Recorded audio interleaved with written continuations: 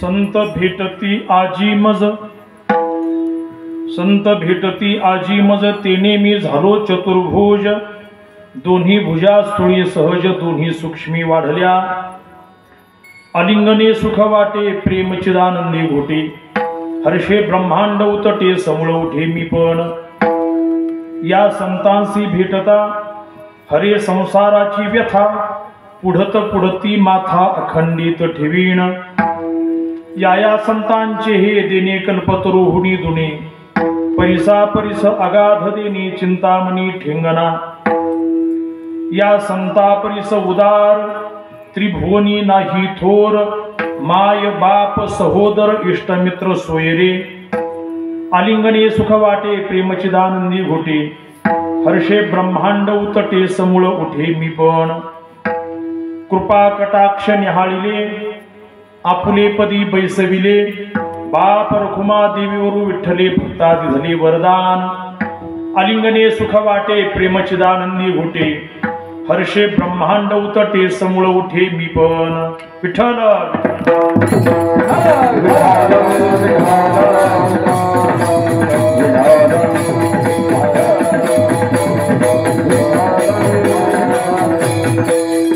समचरण सरोजम सांद्र नीलांबुदाभं, जगननिहित पाणी मंडनं मंडनानां, तरुण तुलसीमाला कंधरं कंजनेत्रं, सदय धवलहासं विठ्ठलं चिंतयामि, पांडुरंगा करो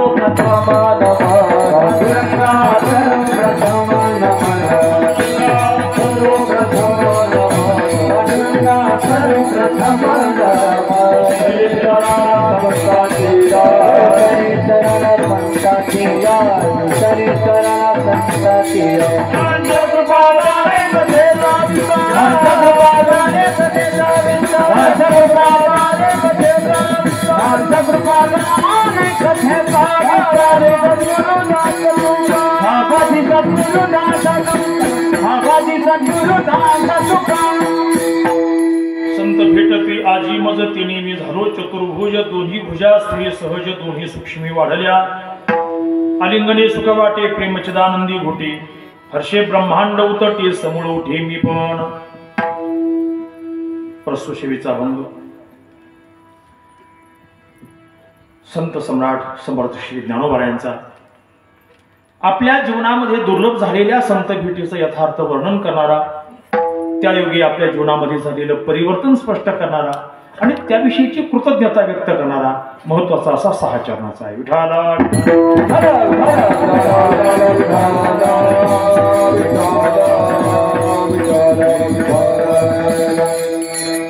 वारकरी संप्रदायाच्या इतिहासाच्या दृष्टीने मला वाटतं या वर्षाचा सप्ताह आपल्या गावाच्या दृष्टीने महत्वाचा आहे. कारण 50 वर्षापूर्वी परमार्थाचं लावलेलं जे हे रोपट आहे, आज ते थोडं थिडकं नाही, जवळजवळ 50 वर्षामध्ये येऊन ठेपलेलं आहे. आणि म्हणून त्या निमित्ताने आपण जो हा सुवर्ण महोत्सवी कार्यक्रम यावर्षी आयोजित करत आहोत, ही अतिशय आनंदाची गोष्ट आहे. त्या काळामध्ये आता कार्यक्रम त्यावेळचं वातावरण कसं याची कल्पना बहुतेक लोकांना असेलही कदाचित. वातावरणाची प्रतिकूलता कशी असेल, लोक कशी जमावायला लागली असतील, मला तर वाटतं धरून आणावी लागली असतील. आणि आज एवढं मोठं हे भव्य दिव्य स्वरूप पाहिल्यानंतर मला वाटतं असं म्हणावं लागेल, ओलेसे रोप लावी आले द्वारी, त्याचा विलू गेला गगनावरी, मोगरा फुलला फुले विचिताची बहरू कळी असिया. म्हणून आज ज्या गावाने 50 वर्षाची ही पारमार्थिक साधना पूर्णतेला आणलेली आहे, मला वाटतं सर्वच प्रत्यक्ष अप्रत्यक्ष सहभागींना द्यावी तेवढे धन्यवाद थोडे. आपल्या गावाचा आणखी एक महत्वाचा इतिहास असा आहे की या ठिकाणी संत निवृत्तीनाथ महाराजची दिंडी येऊन जात असते, जे ज्ञानोबरायांचं गुरुस्थान आहे, वारकरी संप्रदायाचं गुरुस्थान आहे. तेव्हा निवृत्तीनाथ महाराजांची ज्ञानोबरायांच्या जीवनातली महत्वाची भूमिका काय आहे ही आपण थोडंसं समजावून घेणं गरजेचं आहे. आणि मला असं वाटतं की या सुवर्ण महोत्सवाच्या निमित्ताने आपण ती भूमिका समजावून जर घेतली तर सुवर्ण महोत्सवामध्ये आणखी उचित भर पडेल. विठाला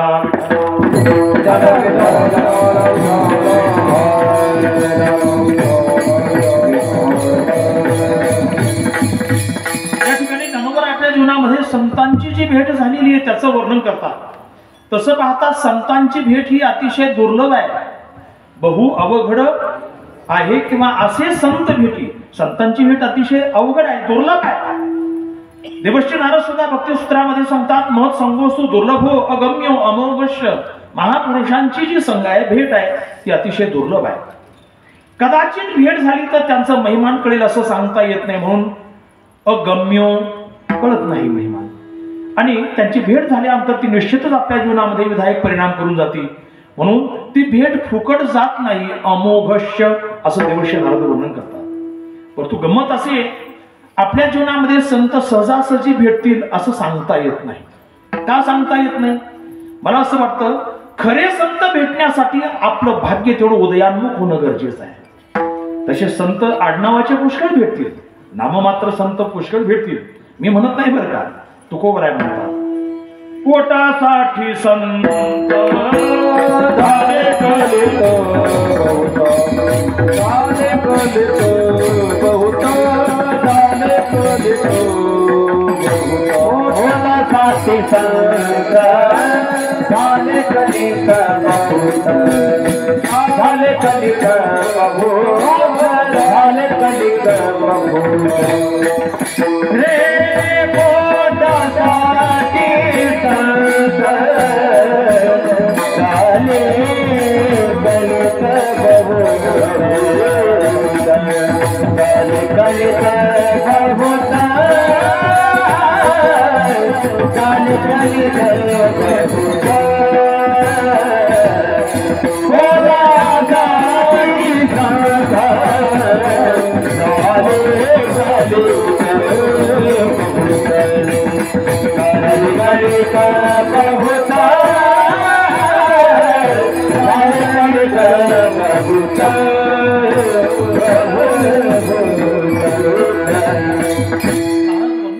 या कलियुगाचा दुष्प्रभाव असा झालेला आहे की संतांची इथे खूप मोठी संख्या वाढलेली आहे, परंतु ती संख्या गुणात्मक नसून ती संख्या फक्त संख्यात्मक आहे, ही दुर्भाग्याची गोष्ट आहे.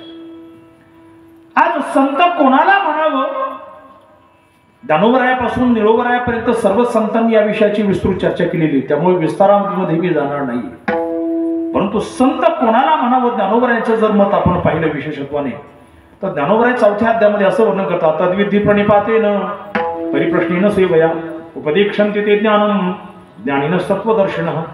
ज्ञानोबराय त्या ठिकाणी असं वर्णन करतात की ते ज्ञान जर आपल्याला जाणून घ्यायचं असेल तर ते ज्ञानीनं आणि तत्वदर्शन अशा महापुरुषाकडून ते जाणून घ्यावं. आणि जाणण्याची प्रक्रिया सांगतात, प्रणिपातेन परिप्रश्नेन सेवया, या प्रक्रियेने तुम्ही जर गेलात तर मग ते ज्ञानम उपदेक्षन्ति, ते ज्ञान तुम्हाला उपदेशतील. कोण? जे ज्ञानीनं आणि तत्वदर्शन आहे. भगवंत गीतेमध्ये या विषयाचा विस्तार करताना ज्ञानीनं तत्वदर्शन अशा 2 पदाची योजना ज्या महापुरुषासाठी करतात, ज्ञानोबा या दोन्ही पदाबद्दल एकच पण ठेवतात आणि ते म्हणजे तरी संता ते या बजावे सर्वस्वी. याचा अर्थ असा आहे, ज्ञानोबा यांना संत या पदाचा अभिप्रेत असणारा जो अर्थ आहे तो कोण आहे? संत कोणाला म्हणायचं? जे ज्ञानी आहेत आणि जे तत्वदृष्टी आहेत. अर्थात ज्यांच्याकडे शास्त्रीय ज्ञान आहे आणि ज्यांच्याकडे तत्वानुभूती आहे, हा उभय संयोग ज्यांच्या जीवनामध्ये साधलेला आहे त्यांना संत म्हणावं. विठाला विठाला विठाला विठाला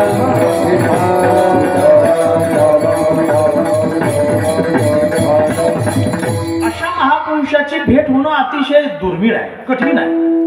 मला वाटतं कधी कधी ज्यांची भेटण्याची आपल्या इच्छा नसते असे लोक 4 वेळा भेटतात.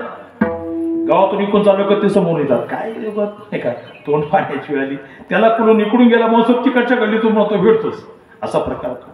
परंतु ज्यांच्या भेटण्यासाठी आपण आपले पाय झिजवावेत अशी माणसं सहजासहजी भेटत नाही. स्वामी विवेकानंदांनी संतांच्या भेटीसाठी, गुरूंच्या भेटीसाठी संपूर्ण भारत पालथा घातला. जिथं जिथं जातील त्या गुरुजींना विचारायचे, गुरुजी तुम्हाला परमात्मा बोध झालेला आहे का?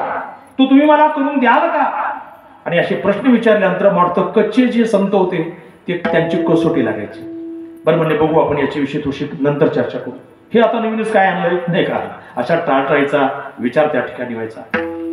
परंतु कलकत्त्याला रामकृष्ण परमहंसाची भेट झाली आणि त्यांनी सांगितलं ठीक आहे बस लगेच तुला मी बोध करून देतो. परंतु ही गोष्ट सहजासहजी घडली नाही, त्यांना संपूर्ण भारत भ्रमण करावं लागलं. याचा अर्थ असा आहे, संतांची भेट सहजासहजी होत नाही. संतांच्या भेटीसाठी आपल्याला कष्ट घ्यावे लागतात, प्रयत्न करावे लागतात, अट्टहासाने ती गोष्ट आपल्याला करावी लागते, तेव्हा कधीतरी संत भेटतात. म्हणून एका ठिकाणी संत भेटीची दुर्लभता सांगताना महाराज सांगतात, चंद्रामृत सुखे सेववेला, चंद्रामृत सुखे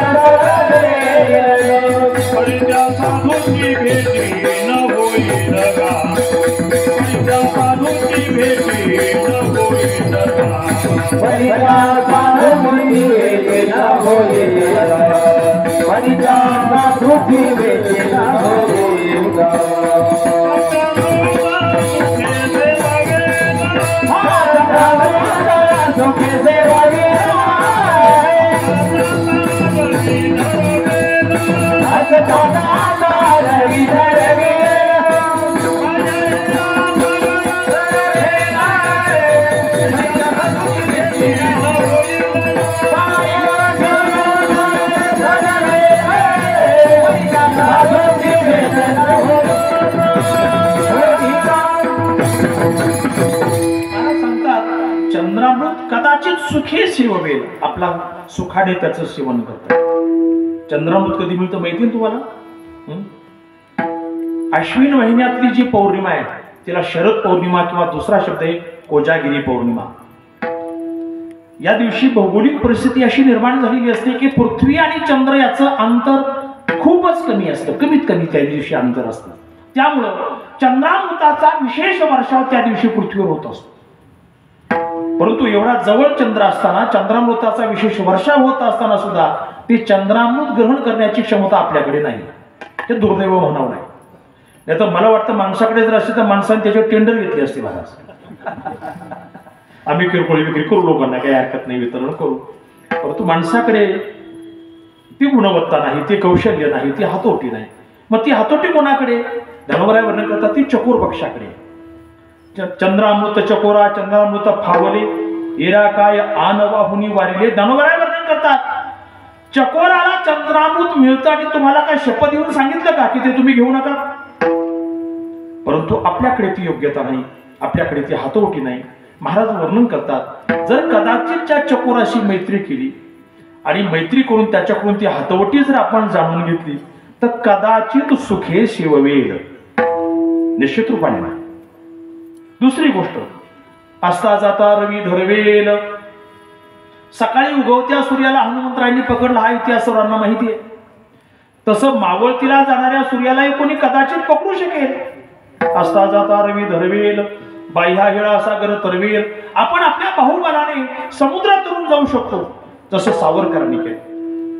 परंतु महाराज वर्णन करतात, परी त्या साधूची भेट न होईल का, संतांची भेट मात्र एवढी सहजासहजी होत नाही. मग होतच नाही का? होतच नाही असं नाही, होते, परंतु त्याला काही गुणवत्ता असणं गरजेचं आहे. विठाला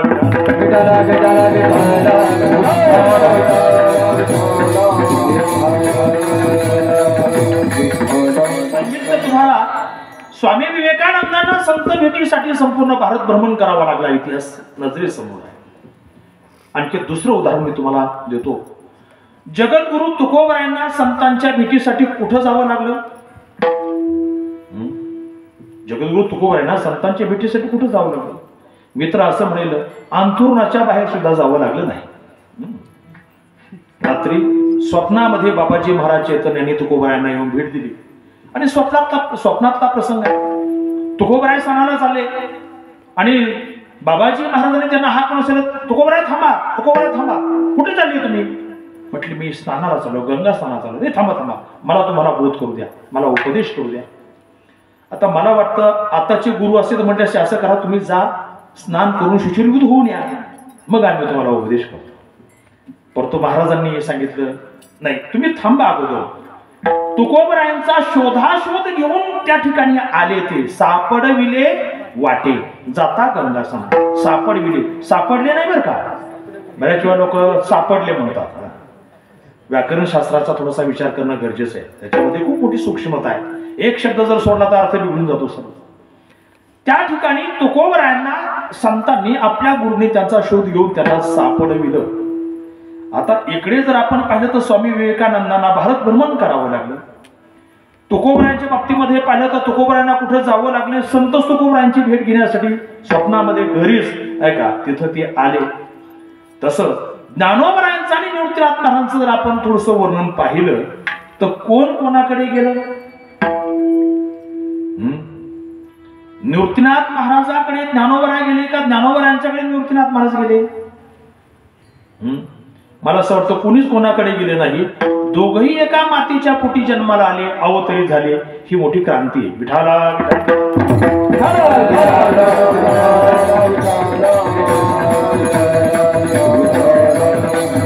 या अभंगाला थोडीशी ऐतिहासिक पार्श्वभूमी आहे. इतिहास असा आहे, जेव्हा आळंदीकर मंडळींनी या भावंडाचा, त्यांच्या माता पित्यांचा खूप मोठा छळ केला, चरित्रामध्ये आपण पाहतो, ऐकतो. काय करावं, मन तिथं लागत नव्हतं. शेवटी विठ्ठलपंत आणि रुक्मिणी माता दोघही अतिशय समजदार. अरे म्हटले, हे जे चाललंय आपल्याबद्दल, या मुलांच्या बद्दल चाललंय, या मुलाच्या मनावर, निष्पाप मनावर काहीतरी विपरीत परिणाम होऊ नये. त्यामुळे किती दिवशी आपण थांबवायचं? त्यापेक्षा असं करूया, आपण ब्रह्मगिरीची परिक्रमा आपण करू नये, असा त्यांनी निर्णय घेतला. आणि आळंदीहून हे सर्वच कुटुंब नाशिकच्या त्र्यंबकेश्वरच्या दिशेने गेला. त्र्यंबकेश्वरमध्ये काही काळ थांबले आणि एक दिवशी रात्री ती परिक्रमेसाठी निघाली. आता बरीचशी माणसं आपण हे परिक्रमा करत असतो. रात्री त्या कुशावर्ताचं तीर्थ घेऊन रात्री बहुतेक माणसं रात्री परिक्रमा करतात. कारण दिवसा सूर्याचा त्रास एवढा असतो. मला असं वाटतं सूर्य त्यांना सांगत असेल, पारमार्थिक साधना करायची तर ती मुकाट्या निवांत करा, लोकात त्याचं प्रदर्शन करू नका. कारण लोकाला साधना करण्यापेक्षा त्याचं प्रदर्शन करायला खूप मोठं आवडतंय. त्यापेक्षा अंधारात कोणी काय केलं कोणाला मिळच लागत नाही. अंधारात केलं बरं आहे, उष्णतेचा त्रास होतो वगैरे वगैरे, कारण मीमांसा वेगळी आहे. आणि रात्रीच्या वेळी जेव्हा हे त्या ठिकाणी निघाले तेव्हा परिक्रमा करत असताना जंगलातला तो रस्ता आहे. एका ठिकाणी अचानक रात्री वाघाच्या डरकाळीचा आवाज आला आणि सर्वजण घाबरून थोडीशी इकडे तिकडे अशी पसरली. कोण कुणीकडे गेले, कोण कुणीकडे गेले लक्षात आलं नाही. परंतु जेव्हा तो वाघ डरकाळ्यापूर्वी निघून गेला तेव्हा सहजच मग सर्वांनी एकमेकाचा अंदाज घेतला, कोण कुठे कोण कुठे. तेव्हा लक्षात आलं की ज्ञानोबराय आहेत, सोपान काका आहे, मुक्ताई आहे. विठ्ठलपंत रुक्मिणी मातेने त्या तिघांना जवळ घेतलं. परंतु निवृत्तीनाथ महाराज दिसत नाही. निवृत्तीनाथ महाराज कुठे आहे? बरं, मोठ्याने ओरडा होता वाघ, पुन्हा आवाजाच्या वेदीने पाठीमागे आला तर गडबड होऊ शकते. थोडासा दबक्या आवाजामध्ये निवृत्ती कुठे आहे, निवृत्ती कुठे आहे. आणि बऱ्याच वेळा हाक मारूनही जेव्हा काही पत्ता लागला नाही तेव्हा यांनी असा निश्चय केला की बहुतेक त्या वाघाने निवृत्तीनाथ महाराजांना दिला असा. परंतु इकडे घटना वेगळी घडली. निवृत्तीनाथ महाराज त्या वाघाच्या भीतीने जी बाजूला पळाले असे थोडेसे, तर ते एका सरळ एका गुहेमध्ये गेले. आणि ती गुहा कोणाची होती? गहिनीनाथांची ती गुहा होती. जेव्हा गहिनीनाथ गुहेमध्ये दिसले, दिव्य तेजपुंज एक सत्पुरुष आहे, आपल्या तपसाधनेमध्ये रत आहे, नाथ संप्रदायाची आभूषण अंगावर धारण केलेली आहे. आणि जेव्हा निवृत्तीनाथ महाराज दारामध्ये येऊन ठेपले, तेव्हा डोळे न उघडता ते झालं, बाळा निवृत्ती आतमध्ये. निवृत्तीनाथ महाराज दसकले, माझं नाव यांना कसं माहिती? आमची ओळख नाही, कुठं भेट झाली नाही, मला नावाने कसं बोलावं? आत येऊन अतिशय नम्रतेने विनयाने हात जोडून विचारलं, गुरुजी तुम्ही मला ओळखलं कसं? तुम्ही मला नाव घेऊन हाक मारली कशी? तेव्हा त्यांनी सांगितलं, अरे बाळा, मी कितीतरी वर्षापासून तुझ्या प्रतीक्षेमध्ये आहे, तेव्हा आता जे माझ्याकडे आहे मी ते तुला देणार आहे. बस समोर. आणि निवृत्तीनाथ महाराजांना समोर बसवून आपल्या परंपरेनं आलेलं जे नाथ संप्रदायाचं अद्वयानंद शांभव वैभव आहे, ते सत्प्रभव त्या ठिकाणी निवृत्तीनाथ महाराजांना त्यांनी संप्रदान केलं. इकडे बाहेर काय परिस्थिती झाली?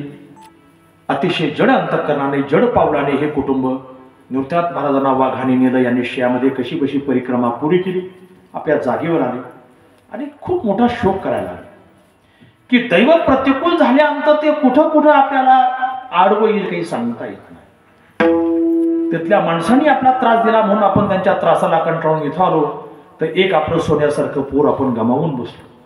खूप अंतःकरणाला वाईट वाटलं. काय करावं? पुन्हा त्या ठिकाणी त्र्यंबकेश्वर भगवंताचं दर्शन घेतलं. चला काय जशी इच्छा असेल असं म्हणून त्या ठिकाणी पुन्हा आळंदीचा रस्ता झाला. इकडे 2 दिवसानंतर निवृत्तीनाथ महाराज त्या गुहेतून गुरुजींची आज्ञा घेऊन बाहेर आले. गुरुजींनी त्यांना आज्ञा दिली, हे पहा, भगवान श्री शंकरापासून निवृत्तीनाथ महाराज, गोरक्षनाथ महाराज या परंपरेनं आलेलं हे जे ज्ञान आहे, हे सर्व ज्ञान आता तू याचा सार्वत्रिकीकरणाचा निर्णय घे. ते तो हा घेऊन या घवा, कळी गिळी तया जीवा, सर्व प्रकारे धावा करी पाविगी. आधीच तो कृपाळू, वरी गुरु आज्ञेचा गुरु, मग झाला जैसा वर्षा काळू खोड निवेगा. 18व्या अध्यायामध्ये धनुराय वर्णन करतात, कळीच्या दोषांनी ग्रस्त झालेल्या या जीवांचा उद्धार करण्यासाठी तू या ज्ञानाचा विनियोग कर आणि सर्वांचा तो उद्धार कर, अशी आज्ञा निवृत्तीनाथांना त्याने दिली. आणि त्यांनी निवृत्तीनाथ महाराजांना निरोप दिला. निवृत्तीनाथ महाराज तिथून बाहेर आले.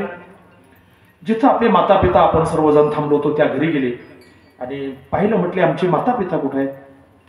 तर त्या घरच्या माणसांनी निवृत्तीनाथ महाराजाकडे मोठ्या आशेनं पाहिलं आणि डोळ्यातून अश्रू आले. अरे बाळा, तुला वाघाने नेलं असं ते म्हणत होते. अतिशय खिन्न झाले, अतिशय दुःखी झाले. त्यांना इथं राहवलं नाही. ते कालच आळंदीकडे रवाना झालेले. आता निवृत्तीनाथ महाराजांना तरी कसं राहावे की आपल्या वियोगामध्ये माता पित्यांना, आपल्या भावंडांना झालेलं जे दुःख आहे आपण त्यांना सांगितलं पाहिजे की मला वाघाने पळवलं नाही, मी त्या गुहेत गेलो होतो, मी सुरक्षित होतो. पण तो ते सांगण्यासाठी तर काही फोनची व्यवस्था नाही. यात SMS करून सांगितलं असतं की तुम्ही घाबरू नका. आजच्यासारखी काही व्यवस्था नाहीये, साधन सुविधा नाही. आता काय करायला पाहिजे? आता प्रत्यक्ष त्यांना भेटून सांगितल्याशिवाय दुसरा पर्याय नाही.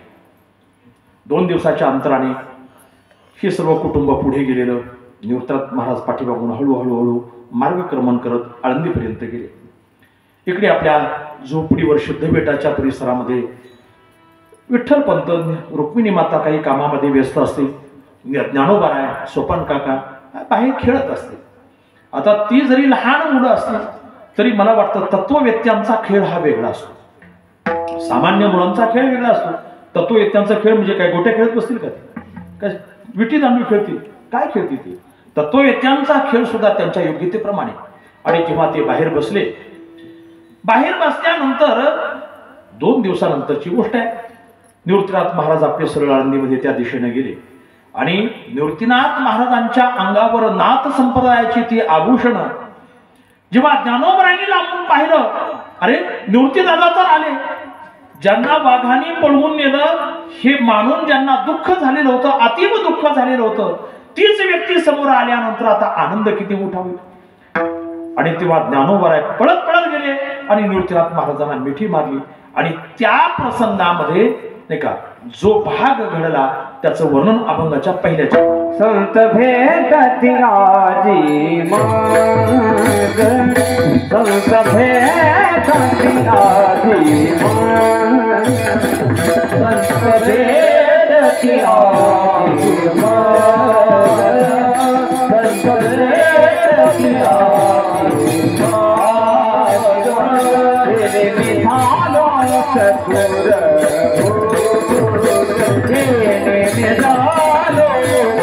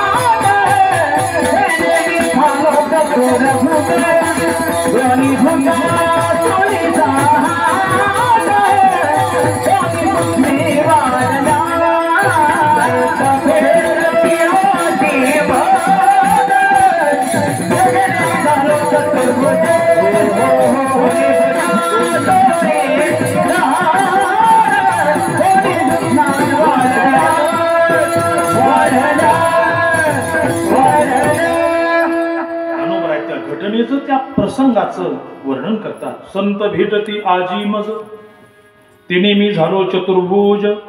मला आज संत भेटले. आज म्हणजे तो दिवस महत्वाचा आहे. याच्यामध्ये येतात काल विशिष्टता आहे. म्हणजे तशी भेटी त्यांची दररोज व्हायच्या, परंतु तो दिवस महत्वाचा आहे. त्याचं कारण आज निवृत्तीनाथ महाराज बंधू रूपाने भेटले नाही, आज संत रूपाने भेटले. तसं पाहता निवृत्तीनाथ महाराजांचं आणि ज्ञानोबारांचं नातं जर पाहिलं, 2-4 प्रकारचं नातं आहे. त्यांचं पहिलं नातं आहे ते भाऊ आहे, बंधू आहे. दुसरं नातं आहे निवृत्तीनाथ महाराज ज्ञानोबारांचे गुरु आहे. तिसरं नातं आहे ज्ञानोबारांच्या दृष्टीने निवृत्तीनाथ महाराज संत आहे. आणि चौथं नातं आहे ते निवृत्तीनाथ महाराज ज्ञानोबारांच्या दृष्टीने पूर्ण ब्रह्म आहे. 4 नाते महत्वाचे आहेत, का लक्षात ठेवा. मला वाटतं ज्ञानोबारांनी हे सांगितलं म्हणून निवृत्तीनाथ महाराज आपल्याला कळू शकले, नाही तर निवृत्तीनाथ महाराज कळणं एवढं सोपं नाहीये. कारण ज्ञानोबराय निवृत्तीनाथ महाराजांचं वर्णन करतात. निवृत्ती जया नाव, निवृत्ती जया बरव, जया निवृत्तीची राणी व निवृत्तीची वाचोनी प्रवृत्ती विरोधे का निवृत्तीचे निबोधे आणि जे तैसा वादी निवृत्ती नोहे. ज्ञानोबराय वर्णन करतात, ज्यांचं नावही निवृत्ती आहे, ज्यांचा परवेपणा निवृत्ती आहे, ज्यांचं वैभव, ज्यांचं ऐश्वर निवृत्ती आहे, परंतु तो निवृत्तीपणा प्रवृत्तीच्या सापेक्ष नाही. वाचोनी प्रवृत्ती विरोधे, प्रवृत्तीचा विरोध केला म्हणून ती निवृत्ती झाली असं नाहीये, किंवा कोणाला निवृत्ती तत्वाचा बोध केला म्हणून निवृत्ती झाली असं नाहीये. वाचोनी प्रवृत्ती विरोधे का निवृत्तीचे निबोधे आणि जे तैसावादे निवृत्ती नो हे का निवृत्ती, निही आणि वृत्ती असे 2 शब्द त्याच्यामध्ये. ज्ञानोबारांनी याचा खुलासा करताना एक खूप सुंदर उदाहरण दिलं.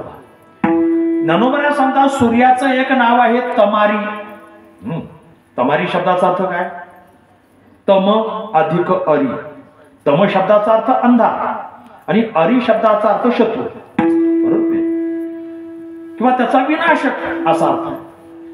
परंतु गंमत अशी ज्ञानोबा सांगतात की सूर्याच्या अनेक नावामध्ये जे तमारी नाव आहे त्याचा अर्थ होतो सूर्या अंधाराचा शत्रू आहे. परंतु ज्ञानोबा असं सांगतात की जसं भगवान विष्णूचं एक नाव आहे मुरारी, भगवान शंकराचं एक नाव आहे त्रिपुरारी, बरोबर की नाही. भगवान विष्णूने मूर नावाच्या राक्षसाला मारलं म्हणून त्यांचं नाव काय झालं? मुरारी. भगवान शंकराने त्रिपुरासुराबरोबर युद्ध केलं, त्रिपुरासुराला मारलं, त्याचं नाव काय झालं? त्रिपुरा. तसं सूर्याने अंधकाराशी युद्ध केलं, अंधकाराला मारलं आणि मग ते तमारी झाली. असं होऊ शकेल का? का होऊ शकत नाही? अंधार सूर्याच्या पुढे येऊ शकत नाही ना. जसा भूर नावाचा राक्षस भगवान विष्णूच्या समोर आला, त्रिपुरासुर भगवान शंकराच्या समोर आला, समोरासमोर युद्ध झालं आणि त्यांचा नाश केल्यामुळे अनुक्रमे त्यांना मुरारी त्रिपुरारी असे नाव आले. परंतु अंधार सूर्याच्या समोर यावा, सूर्याने त्याचा नाश करावा आणि मग त्याचं नाव तमारी शोभावं. परंतु गंमत अशी आहे, सूर्याच्या समोर अंधकार येतच नाही. येतो का सूर्यासमोर अंधकार? एकदा असं एका गावातलं शिष्टमंडळ गेलं सूर्याकडे. काय म्हटले सूर्यनारायण, तुम्ही दिवसा असता बरं वाटतं, पण तू रात्री तुम्ही नसेल खूप अंधार होतो, कोणाला काही मिळच लागत नाही का, काही दिसत नाही, काही घेता येत नाही, देता येत नाही, अमकं तमकं. सूर्याने विचारला, अंधार रात्र काय प्रकार आहे? त्याला तुला माहिती नाही? म्हणे नाही, बिलकुल माहिती नाही. अहो, दिवसा तुम्ही असता आणि रात्री तुम्ही नसता. दिवसा प्रकाश असतो, रात्री तुम्ही नसल्यामुळे अंधार असतो. म्हटले रात्र म्हणजे काय? सूर्याने विचारलं, रात्र म्हणजे काय? रात्र तुम्हाला माहिती नाही? अंधार नाही. बरं ठीक आहे, म्हटलं आमच्या बरोबर चला, आम्ही तुम्हाला अंधार दाखवतो. आणि मग हे शिष्टमंडळ काय केलं, त्या सूर्य महाराजांना घेऊन आलं. आता म्हटले कुठं अंधार दाखवा बरं सूर्य महाराजांना? कारण सूर्य जसा त्यांच्या सोबत आला, जिकडे तिकडे प्रकाशाचं साम्राज्य आहे, अंधार कुठं दिसायला तयार नाही. म्हटले आता आपण असं करू, त्या लोणावळ्याच्या बोगद्यामध्ये नक्कीच अंधार सापडेल, खंडाळ्याच्या लोणावळ्याच्या. चला म्हटले आमच्या बरोबर, आम्हाला काय कमी समजता का? आणि सूर्यनारायण बरोबर, हे शिष्टमंडळ बरोबर, आणि त्या बोगद्यामध्ये ते शिरले. चला हे काय इथं अंधार आहे, चला पुढे चला. ज्ञानोबराय वर्णन करतात, का सूर्य अंधारा लागी, रिगो का भलती सुरंगी, परितो तयाच्या भागी नाहीची जैसा. सूर्य अंधाराचा शोध घेण्यासाठी कुठल्याही सुरुंगामध्ये जरी गेला, तो त्याच्या समोर असा टिकू शकत नाही. मग अंधार जर सिद्ध होऊ शकत नाही, तर अंधाराचा नाश यांनी केला की सूर्याचं नाव कसं सिद्ध होईल बरं? म्हणून ज्ञानोबा ते सांगतात, तरी सूर्याशी अंधकारू करी झाला होता गोचरू, तरी तमारी हा डगरू आलाची की. सूर्याला अंधकार गोचर झाला नाही, तरी त्याचं जसं नाव तमारी आलं, तसं निवर्त्यतव नाही मा निवर्तवी हा काही, तरी कैचा बैशी ठाई निवृत्ती नावाच्या. तसं निवर्त्य जगतामध्ये यांच्या दृष्टीने काही नाहीच, तर मग हे निवृत्ती नाव यांना कसं प्राप्त झालं? आता खूप मोठ्या चर्चेचा भाग आहे. अमृतानुभव तर दुसरं प्रकरण खूप या दृष्टीने महत्वाचं आहे. अमृतानुभव त्या दुसऱ्या प्रकरणामध्ये ज्ञानोबरायांनी निवृत्तीनाथांचं खूप मोठं मार्मिक वर्णन केलेलं आहे. म्हणून पुढे सांगतात, ऐशे कर्ण याविन स्वयंमची जे निवृत्तीपण, तयाचे श्रीचरण वंदिलेशी. ऐशे कर्ण याविन, काही न करताच स्वतःसिद्ध जो निवृत्तीपणा आहे तो ज्यांच्या ठिकाणी आहे, असे निवृत्तीनाथ महाराज असं त्यांचं वर्णन करतात. हे निवृत्तीनाथ महाराज ज्ञानोबरायांचे बंधू पण आहेत, ज्ञानोबरायांचे गुरु आहेत, ज्ञानोबरायांच्या दृष्टीने संत आहेत आणि ज्ञानोबरायांच्या दृष्टीने पूर्ण ब्रह्म आहे. परंतु ज्ञानोबरायांनी संपूर्ण वाङ्मयामध्ये निवृत्तीनाथ महाराज आमचे बंधू आहेत, माता पिता गेल्यानंतर त्यांनी आम्हाला खूप जीव लावला, आमचा सांभाळ केला वगैरे, असं वर्णन अख्ख्या वाङ्मयात तुम्हाला कुठं पाहायला मिळत नाही. त्याचं कारण तुम्हाला सांगतो, बंधुत्वाची संकल्पना ही मर्यादित आहे, ही व्यक्ती सापेक्ष आहे. भाऊ कोणाचा? भावाचाच का दुसऱ्या कोणाचा? भावाचं नातं जे आहे हे भावापुरतच मर्यादित आहे, सगळ्यापुरतं ते मर्यादित नाही, अर्थात ते सीमित आहे. तरी पण ज्ञानोबरायांनी बंधुत्वाचं नातं निवृत्तीनाथ महाराजांच्या दृष्टीने मर्यादित न ठेवता त्याला ही अमर्याद अर्थ प्राप्त करून दिला. फेडिता बंधनाचा ठाऊ तू जगत बंधू ऐसा भाऊ. ज्ञानोबराय वर्णन करतात, तुम्ही जगताच्या बंधनाचा ठाव ठिकाणा फेडता, म्हणून तुम्ही केवळ माझे बंधू नाही, आपण जगत बंधू आहात. त्याला ही व्यापकता देऊन टाकली. दुसरं जे नातं आहे, गुरूंचं नातं आहे. ज्ञानोबरायांनी निवृत्तीनाथांचं वर्णन खूप जागोजागी केलेलं आहे आणि स्वतःला ते निवृत्तीनाथांचा दास म्हणून घेतात, शिष्य म्हणून घेतात, स्वाभिमानाने आणि अभिमानाने ही गोष्ट ते सांगतात. परंतु तरी पण गुरुचं नातं सुद्धा शिष्याच्या व्यक्तिगत नात्याशी संबंधित आहे. बरोबर ना? गुरुचं नातं कोणाचं आहे? आता लोक म्हणतात हे गुरु आहे, हे गुरुवरी आहे. आता गुरुवरी असं म्हणतात. अरे पण गुरुवर्य म्हणजे आणि किती शिष्य तयार केले हा प्रश्न महत्वाचा आहे. आता अलीकडे कोणी उठून गुरुवर्य आमके तमके काहीतरी लावत असतात. मला वाटतं तसे दर्जेदार शिष्य तरी असावेत मग गुरुवर्य म्हणून शोभतं ना. परंतु तरी पण ज्ञानोबराय सांगतात की गुरुचं नातं हे शिष्याच्या वैयक्तिक नात्याशी संबंधित असल्यामुळं आणि तेही तशा दृष्टीने मर्यादित असल्यामुळं, कारण अमृतानुभव त्याचा खुलासा करतात बरं का, ज्ञानोबा वर्णन करतात, जो लघुत्वाचे निमुदले बैसला गुरुत्वाचे शेले.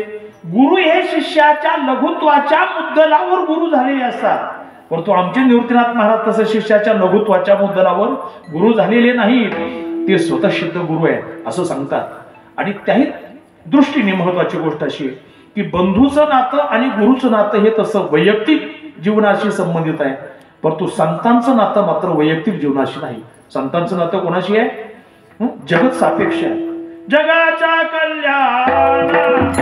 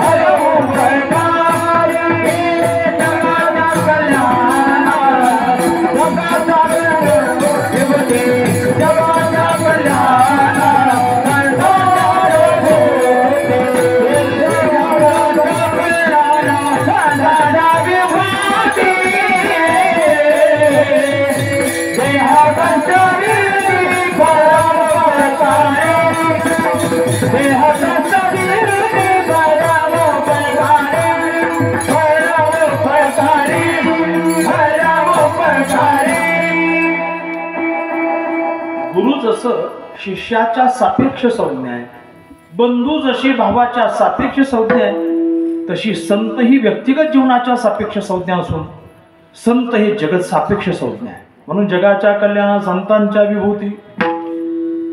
निवृत्तीनाथ महाराजांनी भगवान शंकरापासून आलेलं अद्वयानंद शांभव वैभव संपूर्ण जगताच्या उद्धारासाठी खर्च करण्याचा एक प्रतिज्ञा कंकण बांधून ते इथपर्यंत आले आणि ते माझ्या स्वाधीन करतायत. तेव्हा ते आता केवळ गुरु न राहता ते आता संतत्वाला पोहोचले. आणि मी चौथी गोष्ट सांगितली, अमृत अनुभवाच्या पहिल्या प्रकरणाच्या आरंभी निवृत्तीनाथ महाराजांचं जे वर्णन ज्ञानोबरांनी केलंय, यदक्षरमनाख्यम आनंदमजमव्ययम श्रीमन्निवृत्तीनाथेति ख्यातम दैवतमाश्रये गुरुरित्याख्यया लोके साक्षात विद्या ही शंकरी जयत्याज्ञानवस्तस्यै दयार्द्रायै निरंतरम. खूप श्लोक पुढचे आहेत, परंतु पहिल्या श्लोकामध्ये सांगतात श्रीमन निवृत्तीनाथेति ख्यातम दैवतम अहम आश्रय. इथं त्यांना दैवत हा शब्द दिला. तो दैवत शब्द म्हणजे तुकोबरा ज्याचं हिंदरी शंदरी दैवती असे वर्णन करतात तसा अर्थ नाहीये. इथं दैवत शब्दाचा अर्थ आहे पूर्ण ब्रह्म असा अर्थ आहे. म्हणून निवृत्तीनाथ महाराजांचे नाही का ही एक भूमिका ज्ञानोबरांच्या दृष्टीने महत्वाची आहे. असे निवृत्तीनाथ महाराज आज मला भेटले. संत भेटती आजी मज परिणाम तिने मी झालो चतुर्भुज. मी चतुर्भुज झालो. चतुर्भुज शब्दाचा अर्थ काय? दोन हाताचे चार हात होणं, बरोबर की नाही? असंच आहे ना. चतुर्भुज होणं म्हणजे काय? आता लोक म्हणतात खेडेपाड्यामध्ये बरे झालं, दोनाचे चार हात झाले, आता आम्ही जबाबदारीतून मोकळे झालो. नाही, इथं तसा अर्थ अभिप्रेत नाहीये. इथं चतुर्भुज शब्दाचा अर्थ ज्ञानोबराय खुलासा करतात, दोन्ही भुजा सुडी सहज. दोन भुजा या तर स्थूल सहज आहेतच आहेत, दोन्ही सूक्ष्मी वाढल्या, दोन भुजा सूक्ष्मतेने अंतरात वाढल्या. मग या दोन भुजा कोणत्या आहेत? या दोन भुजा आहेत विवेक आणि वैराग्य, किंवा विवेक आणि वैराग्य या दोन भुजा जर स्थूल मानल्या तर भक्ती आणि ज्ञान या सूक्ष्म भुजा. विठाला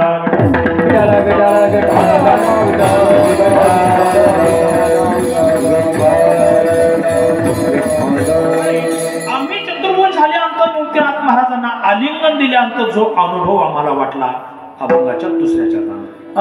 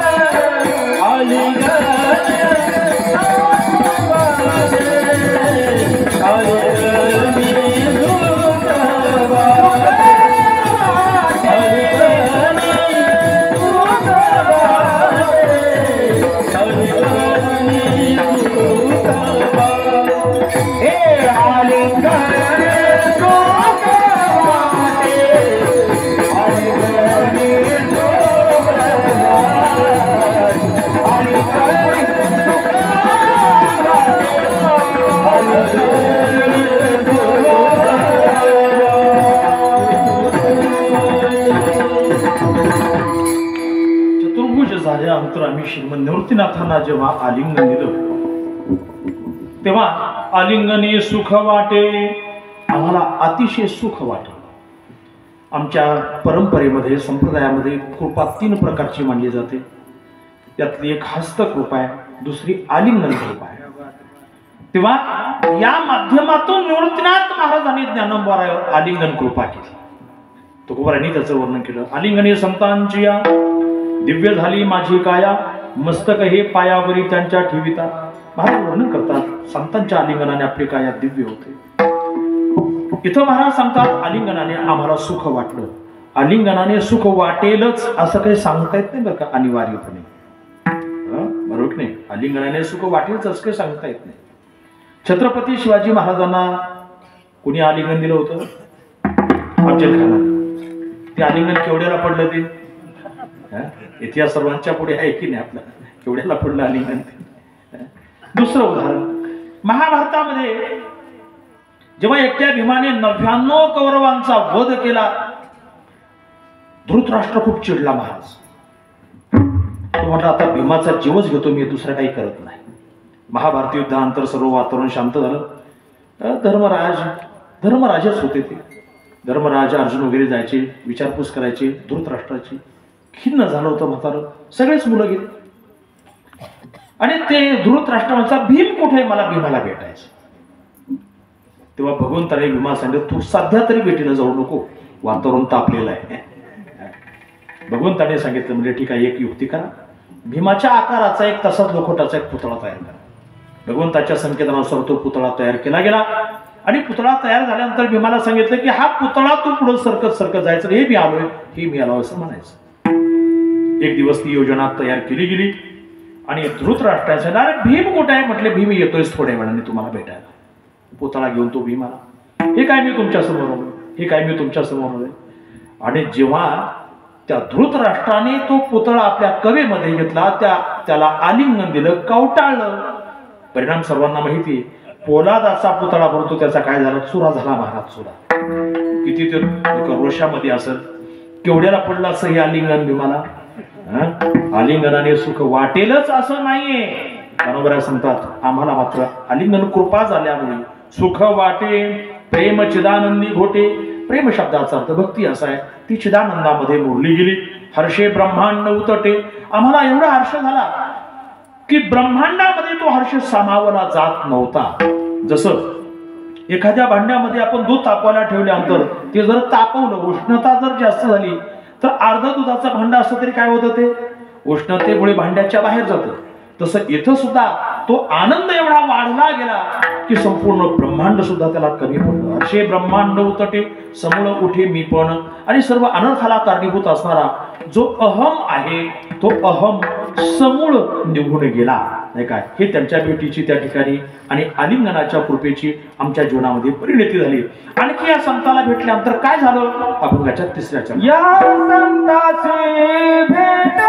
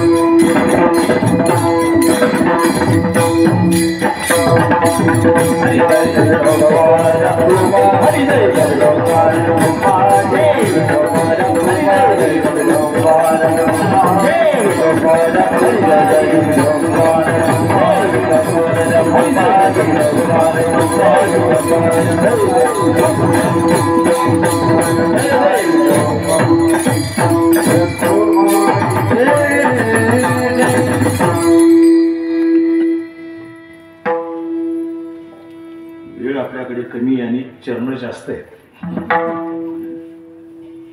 थोडस एक्सटेंड झालं चालेल ना?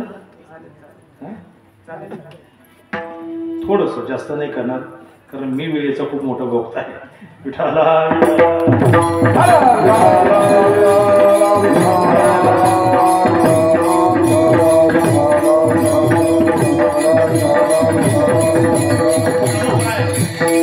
चरणामध्ये वर्णन करतात की या संतांना भेटल्यानंतर हरे संसाराची व्यथा पुढत पुढती माथा अखंडित ठेवीन.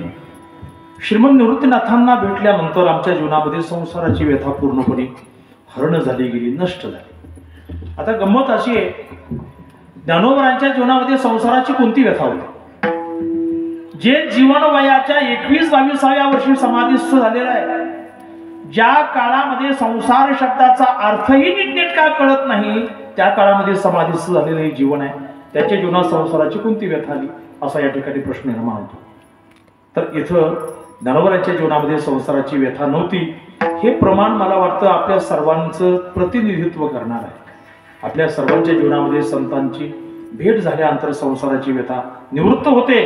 संत भेटीकडे प्रवृत्ती व्हावी या दृष्टीने हे चरण आपल्याला मार्गदर्शक असाय. आपल्या जीवनामध्ये संसाराची किती मोठी व्यथा आहे, मला वाटतं संसाराच्या ठिकाणी किती दुःख आहे, किती व्यथा आहे, हे सांगण्यासाठी कीर्तनाची गरज नाहीये. हाताच्या कागदाला आरसा कशाला? रोजचे अनुभव प्रत्येकाचे आहेत, ते कीर्तनातून कशाला सांगायला पाहिजे?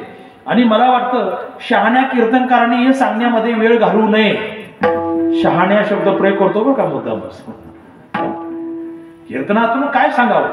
कीर्तनातून संतांच्या अभंगाचा यथार्थ अर्थ संयुक्तिक सप्रमाण समाजासमोर मांडावा, तो विशद करावा, हे या ठिकाणी कीर्तनाचं महत्वाचं अंग आहे.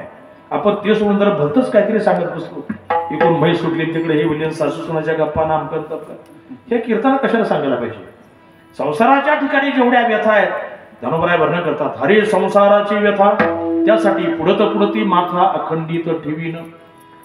संतांच्या कृपेविषयीची जी कृतज्ञता आहे ती या चरणातून महत्वाने विशद झाली. तसं पाहता संतांची कृपा आपल्या जीवनावर खूप मोठी आहे आणि आपल्याला त्या कृपेच्या ऋणातून उत्तीर्णही होता येत नाही. तुकोबाराय वर्णन करतात, काय द्यावे त्याशी व्हावे उतराई, ठेविता हा पायी जीव थोडा. काय द्यावं संतांना? त्यांच्या ज्ञानाच्या ऋणातून उत्तीर्ण होण्याचा कोणताही मार्ग नाहीये. ज्ञानोबराय सुद्धा अमृतानुभवात हा भाव स्पष्ट करतात. श्री गुरूंच्याकडून आम्हाला जे ज्ञान मिळालेलं आहे आणि त्या ज्ञानाच्या ऋणातून उत्तीर्ण होण्यासाठी आम्ही परापश्यंती मध्यमा वैखरी या चारही वाचा श्री गुरूंच्या चरणी समर्पित केल्या, परंतु तरी आम्हाला ज्ञानाच्या ऋणातून उत्तीर्ण होता आलं नाही. त्यासाठी आम्ही एकच मार्ग केला, ते पाया पडून या मिया सोडविली, असं ज्ञानोबराय वर्णन करतात. म्हणून या ठिकाणी ज्ञानाच्या ऋणातून उत्तीर्ण होता येणं कठीण आहे. एक थोडीशी गोष्ट तुम्हाला सांगतो. एकदा जुन्या काळातली गोष्ट आहे.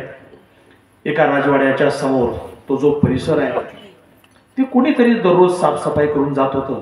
राजालाही माहिती नाही.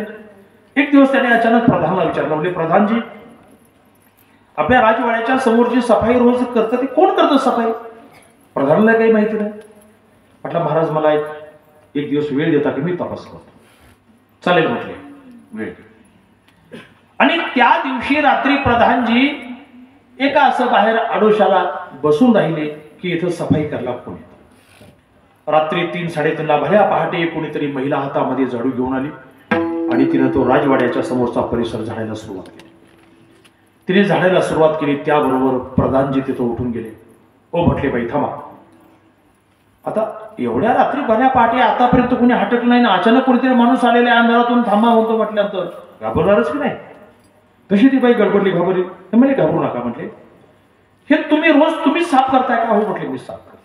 कधीपासून करताय? म्हटले, आता काय तारीख टिपून ठेवली नाही, काही आठवत नाही, बरीच वर्ष झाली. कशासाठी करता? म्हटले, काय नाही, असंच आपलं करावं म्हणून करते. बरं म्हटले, उद्या महाराजांनी तुम्हाला दरबारामध्ये भेटायला बोलावलेलं आहे, तुम्ही दरबारामध्ये. तशी ती बाई गडबडली, म्हणली, माझ्या काही चुकलं का? कशासाठी बोलावलंय? काही अपराध घडला का? नाही म्हटले, तसं काही नाही, महाराजांना माहिती व्हावं तुमच्याशी काही त्यांना बोलायचं असेल म्हणून तुम्हाला बोलावलंय. दुसऱ्या दिवशी सकाळी 9:30-10 वाजता दरबार भरला. तेव्हा ती बाई तिथं दरबाराच्या जवळ आली. प्रधानजीने त्या महिलेला घेतलं आणि राजाच्या समोर उपस्थित केलं. म्हटले, महाराज, काल तुम्ही जो प्रश्न विचारला होता त्या प्रश्नाचं हे उत्तर आहे. राजाने त्या महिलेला विचारलं. म्हटले, हा परिसर रोज तुम्ही साफ करता? हो म्हटले, मी साफ करतो. कधीपासून करता? म्हटले, खूप वर्ष झाली, तसं काही सांगता येत नाही. पण कशासाठी करता? म्हटले, काही नाही, आपल्या राजाचा हा परिसर स्वच्छ दिसावा यासाठी मी करते.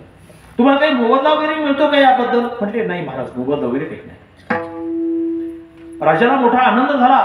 की आपल्या राज्यामध्ये असे निष्काम सेवक आहेत. राजाला मनोमन आनंद झाला आणि त्या आनंदाच्या भरामध्ये त्यांनी प्रधानाला सांगितले, प्रधानजी हे काम करा, या महिलेला एक सोन्याच्या मोहराचा एक हंडा द्या, हिला एक चांदणी रुपयाची एक पेटी द्या, हिला काही जड जवाहिरी द्या आणि असं करा ते शेजारची जी 10 गाव आहे त्या 10 गावाची जहागिरीला देऊन टाका. आता राजाने सूचना केल्यानंतर राजाचा आदेश कोण मोडणार आहे? राजाच्या आदेशाचं तंतोतंत पालन केले आणि त्या दिवशी रात्री स्वतः राजे महाराज त्या महाद्वाराच्या गोपुराच्या वर तिथं बसून राहिले की आज आता झाडायला कोण येत आहे. भल्या पहाटे ठरलेल्या वेळेमध्ये ती श्री हातामध्ये झाडू घेऊन आली. तसे राजे महाराज त्या गोपुराहून खाली आले आणि त्या महिला हटकलं.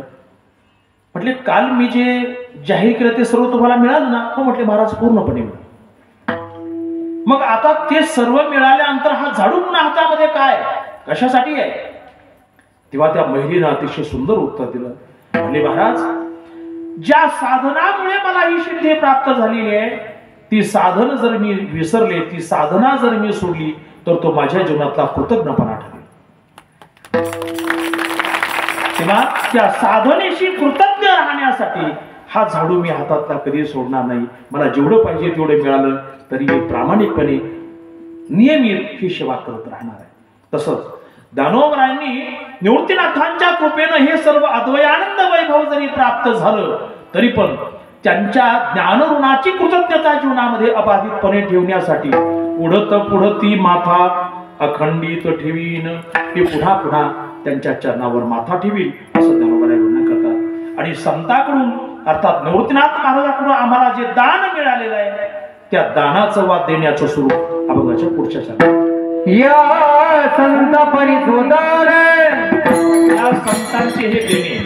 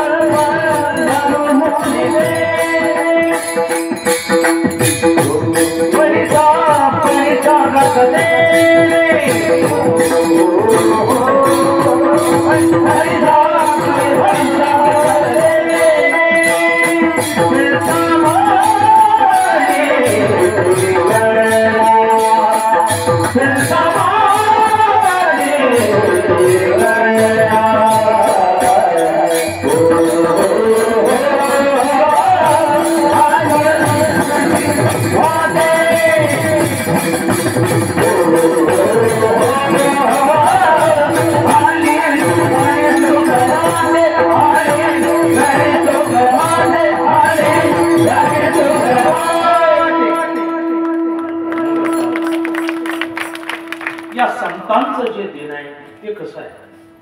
या संतांचे देणे कल्पतरू हुनी दुणे, कल्पतरूपेक्षा दुप्पट आहे. दुणे शब्दाचा अर्थ दुप्पट असा आहे. कल्पतरू आपल्याला जेवढं मागितलं तेवढं देतो का त्याच्यापेक्षा जास्त देतो? जेवढं मागितलं तेवढंच देतो, जास्त देत नाही. जसं दुकानदाराकडे आपण गेलं झालं, 2 किलो शेंगदाणे द्या, तो 2 किलो देईल का 2.25 किलो देईल का 2.25 किलो देईल? जेवढं माहिती तेवढं 2 किलो देईल. तसं तुम्ही कल्पतरूला जे मागाल, तुकोबरायांचा अभंग आहे, कल्पतरू खाली फळे येती मागितली. कल्पतरूला जे मागाल, जेवढं मागाल तेवढंच कल्पतरू देतो, तो एक्स्ट्रा काहीही देत नाही. उलट जे दिलं ते तुमच्या हिताचं आहे का अहिताचं याचा विचार कल्पतरू करत नाही. त्याचे परिणाम तुम्ही भोगत राहा. ती भूताची गोष्ट माहिती असेल ना, ते गेला तिथं लाकूड जोड्या, पाणी कल्पना केली, पाणी आलं, जेवणाची कल्पना केली, जेवण आलं. अरे थोडासा बिछाना असतं तर बरं झालं असतं, तर वळकटी आली तिथं गादी आणि आराम केले. आता म्हटलं अरे बापरे काहीतरी गडबड दिसते. म्हटलं इथं भूत तर नसेल ना, असे विचाराने खरोखर एक मोठं भूत तिथं उभा आहे. माणसाचे विचार माणसाला घातक असतात. तो जरा म्हटला असता की बहुतेक इथं देवाची कृपा आहे, देव जर भेटले तर बरं होईल, तर देव भेटले असते तिथं, कारण ते झाड कल्पतरूच होतं. देवाचे विचार त्याच्या डोक्यात आले नाही. बरं ठीक आहे, न येऊ द्या. त्याने हा विचार करायला पाहिजे, तर आपण पाण्याची कल्पना केली, पाणी आलं. जेवणाची कल्पना केली, जेवण आलं. तो जर म्हटला असता एखादा धनाचा हंडा मला मिळावा, तर धनाचा हंडा मिळाला असता, पिढ्याने पिढ्या पुन्हा हातात कुऱ्हाड घेऊन लाकूड तोड करण्याचं काम राहिलं नसतं. तेही विचार त्याच्या डोक्याला शिवले नाही आणि त्याच्या डोक्यात भूत संचारलं आणि ते भूत पुढे उभं राहिलं. बरं, तो जर म्हटला असता हे भूत इथून निघून गेलं तर बरं होईल, नाही का, ते भूत तिथून निघून गेलं असतं. पण विचार तशी आलीच नाही ना. यालाच म्हणतात विनाशकाले विपरीत. अरे बापरे, म्हटले भूत मला खाणार तर नाही ना. त्या भूताने त्याला उचललं आणि खाऊन टाकलं. गोष्ट सर्वांच्या परिचयाची. कल्पतरू, जी कल्पना तुम्ही कराल ते कल्पतरू देतो, परंतु संत रूपी कल्पतरू जे आहेत ते यापेक्षा श्रेष्ठ आहे. म्हणून 18व्या अध्यायामध्ये ज्ञानोबराय श्रीगुरूंचं वर्णन करताना सांगतात, जय जय देव श्री गुरु अकल्पनाख्य कल्पतरू.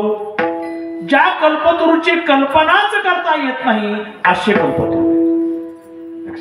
हा सामान्य कल्पतरू वेगळा आहे, हे मात्र विशेष कल्पतरू आहे.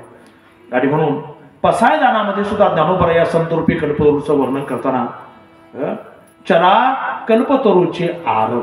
चला, चला नाही बरं का, चला अर्थ बदलतो.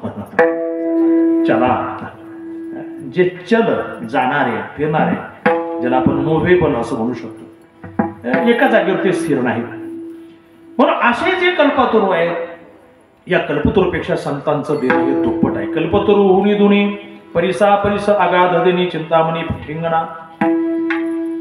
परिसापेक्षाही संतांचं देणं आगाध आहे. परीस फक्त काय करतो माहिती ना, लोखंडाचं सोनं करतो. काय करतो? लोखंडाचं सोनं जरूर करतो, परंतु लोखंडाला तो परीस बनवू शकत नाही. लोखंडाचं सोनं करील तो, परंतु लोखंडाला परीस बनवू शकतो का? नाही. ही कमतरता त्या परिसामध्ये आहे. परंतु संत मात्र, मला वाटतं ज्या दगडाला हात लावते ते दगडे परीस बनवू शकतात. नामदेव महाराजांचं पंढरपूरचं उदाहरण सर्वांना माहिती आहे. परिसा भागवत नावाचे एक महान भगवत भक्त पंढरपूरमध्ये होते. त्यांच्याकडे परीस होता. जेव्हा कधी गरज पडेल लोखंडाच्या सामानाला, तो परीस लावायचा. लोखंडाचं सोनं झालं की त्याचा विक्रय करायचा आणि पाहिजे ते सर्व माल घ्यायचा. नामदेव महाराजांच्या पत्नीला जेव्हा ही गोष्ट कळली, नामदेव महाराजांच्या पत्नीने तो मैत्रिणीच्या नात्यानं तो परीस मागून घेतला आणि घरातले काय चिमटा, लोखंड, खुरपं काय असेल ते सर्व सोन्याचं करून घेतलं. नामदेव महाराजांनी आल्यानंतर पाहिलं, म्हटले घर तर आज चमकायला लागले. काय भानगड आहे, काय भानगड, एवढं कुठून आलं? तेव्हा त्या पत्नीने सांगितलं, म्हटले बा, माझी मैत्रीण आहे परिसा भागवताची मंडळी, तिच्याकडून मी हा परीस आणला. कुठे मला दाखव. नामदेव महाराज तो परीस येतात तिला चंद्रभागेच्या वाळवंटात त्या पाण्यात फेकून दिला. आता यानंतर काय झालं असेल याची कल्पना आपल्याला करता येणार नाही. झालं, युद्ध सुरू झालं महाराज भांडण. ते परिसा भागवताला कळालं, त्याची बायको रडायला लागली. परिसा भागवताला, अरे तुम्ही पांडुरंगाची भक्ती एवढी लबाड असाल असं मला माहिती नव्हतं. आमचा परीस तुम्ही चोरला, लपून ठेवला आणि सांगता की चंद्रभागेच्या वाळवंटात फेकून दिला, नदीमध्ये फेकून दिला. जेव्हा देवाचे भक्त लबाड असतात, हा शब्द नामदेव महाराजांना तो सहन झाला नाही. अरे थांब, म्हटले किती परीस पाहिजे तुला, चल माझ्यासोबत. आणि वाळवंटामध्ये गेल्यानंतर नामदेव महाराजांनी त्या चंद्रभागेच्या वाळवंटातून असे ओंझळभर दगड काढले. वाळूचे कण मोठे दगड असे. हे म्हटले तुझा कोणता परीस आहे? वा म्हटले, बुवा फसवायला निघाले काय आम्हाला? आमचा परीस दिला फेकून हे दगड, आणि तपासून घे ना बाबा. तसं नाही. आणि मग परिसा भागवताने जेव्हा ते दगड तपासले, ज्याला ज्याला लोखंड लावं ते सर्व काय झाले, परीस झाले. अरे म्हटले, आपल्याकडे एक परीस होता, संतांचा हात ज्या दगडाला लागतो तो परीस होतो. हे संतांचं सामर्थ्य आहे. परिसा परिस आगाध देणी चिंतामणी ठेंगणा. चिंतामणी सुद्धा त्या ठिकाणी कमी आहे. पुन्हा या संता परिस उदार त्रिभुवनी नाही थोर माय बाप सहोदर इष्ट मित्र सोयरी. पुढच्या चरणामध्ये सांगतात ज्ञानोबराय, संतापेक्षा उदार कोणीच नाहीये. त्रिभुवनी नाही, त्रैलोक्यामध्ये संतापेक्षा उदार कोणी नाही. अर्थात संत खरोखर उदार आहे. संत उदार उदार संत उदार आहे. उलट देवापेक्षाही मी सांगतो की संत उदार आहे. एकदा जनाबाईंनी देवाशी भांडण केलं, अरे देवा तू उदाराचा राणा म्हणवतो ना, उदाराचा राणा मनविषयी आपण सांगतो कवना काय दिले. अरे तू उदाराचा राणा स्वतःला म्हणतो, तू कोणाला काय दिलेलं आहे? एकाचे शरीर संपत्ती आणि वित्त, एकाची ते चित्त हिरवणे घेशी, मग तया दिवशी आपुली तू पद जगदानी हे ब्रिद मिरविशी. अरे कोणाचं चित्त घेतलं, कोणाचं वित्त घेतलं, कोणाची शरीर घेतलं, कोणाचं काहीतरी घेतलं आणि मग त्याला काही दिलं, याच्यात काय पुरुषार्थ आहे? अरे त्या सुदामा ब्राह्मणाच्या मुष्टीभर पोयासाठी मन केले हळूवट, मग तया उत्कृष्ट राज्य दिले. हे काय उदाराचं लक्षण आहे? द्रौपदीचं भाजीचं पान खाल्लं घेतलं, एवढ्या आकांती घेऊन भाजी पान, मग दिली अन्न ऋषी लागी. तू कुठला उदार आहे? परखडपणे देवाला सवाल केला. परंतु आमचे संत मात्र तसे नाहीत. संतापेक्षा त्रैलोक्यात कोणी उदार नाही. या संतापरी उदार त्रिभुवनी नाही थोर. कोणाची उदाहरण आहेत? माय, बाप, सहोदर. सहोदर शब्दाचा अर्थ भाऊ किंवा बहीण असा अर्थ. इष्टमित्र सोयरे हे सुद्धा त्या ठिकाणी कमी पडतात. म्हणून संतांनी जे दिलेलं आहे, कारण यांनी बाकीच्यांनी दिलेलं जे आहे ते कधीतरी संपतं. एखाद्याने कपडे दिले, वर्ष 2 वर्ष 4 वर्ष जातील, फाटून जातील. एखाद्याने जेव घातलं, सकाळी जेव घातलं की संध्याकाळी पुन्हा माणूस होतो, काही आहे का? एखाद्याने काही सोनं दिलं, धन दिलं, गोदान दिली, जमीन दिली. आता दानाचे खूप मोठे प्रकार पुराणामध्ये आहेत, परंतु हे सर्व मर्यादित आहेत, सीमित आहेत. संतांचं दान मात्र वेगळं या दृष्टीने आहे. कृपादान केले संती कल्पांते,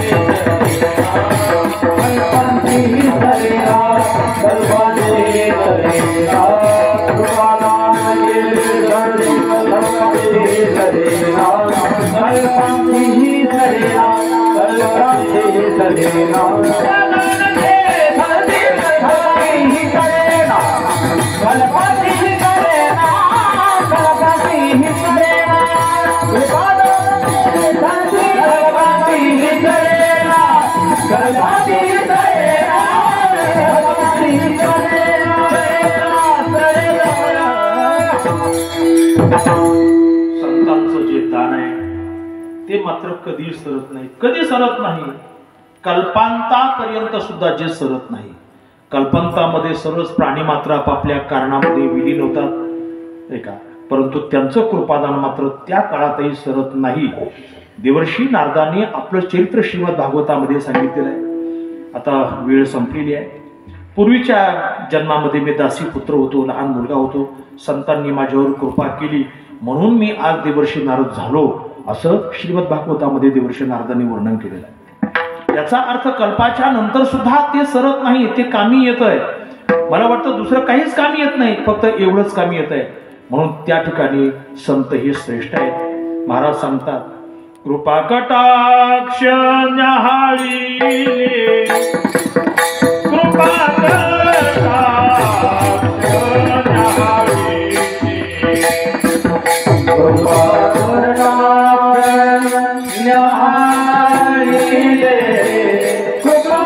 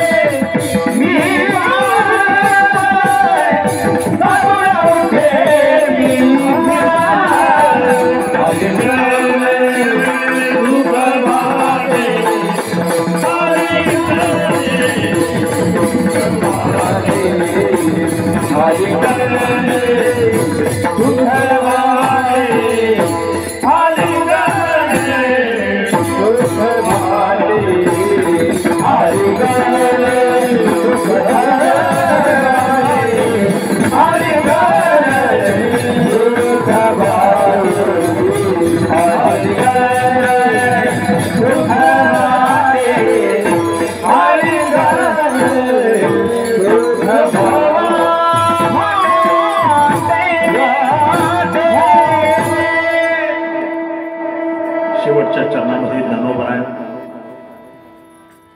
नेत्रकृपेचं वर्णन करतात.